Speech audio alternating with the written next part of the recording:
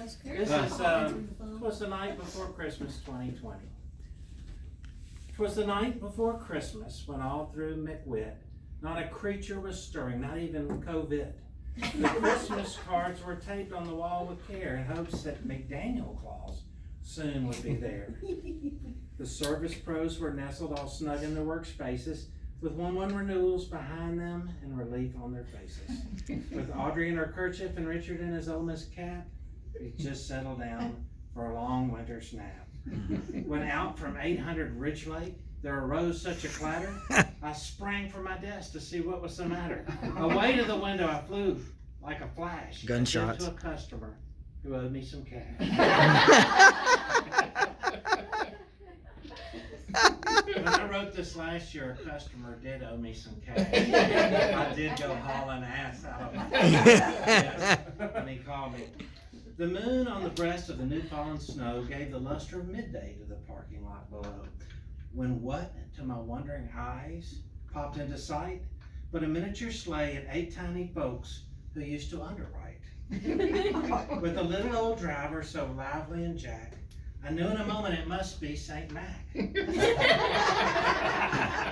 More rapid than audits, his coursers they came, and he whistled and shouted and called them by name. Now Paul Grant, now Babs, now Paulette Bailey and Brunchy, her boss. On Jenny Jarrett, on Monica Sanders, on Tally and Aaron Moss. To the top of the Kroger building, to the top of the Surety Museum wall. Now dash away, dash away, dash away all. Like contractors cussing, the wild hurricane fly, and they meet with an uncovered loss, mount to the sky. So up to the 3rd floor, the underwriters flew with a sleigh full of files and McDaniel-Whitley too. As I drew my hand and was turning around, up the stairs McDaniel-Whitley came with a bound. He was dressed all in Joseph Banks from his head to his foot. And his clothes were all covered with Arkansas mud. A bundle of files he had flung on his back, and he looked like Jay Madden just opening his pack.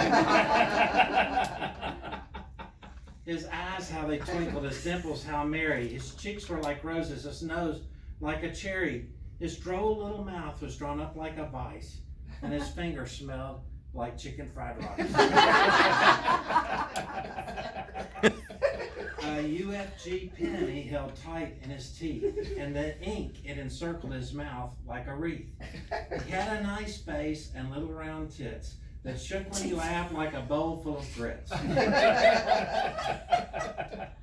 He had been texting and driving, a right jolly old elf, and I laughed when I saw him in spite of myself. A wink of his eye and a twist of his head soon gave me to know I had something to dread. He spoke not a word, but went straight to his task, and filled all the desk, then leaned back to bask. And laying his finger aside of his nose, and giving a nod, down the stairs he blows. He sprang to his rig, to his team gave a whistle, and away they all flew like a heat-sinking missile. But I heard him exclaim ere he drove out of sight with a jerk, "Merry Christmas to all, now get back to work." Oh,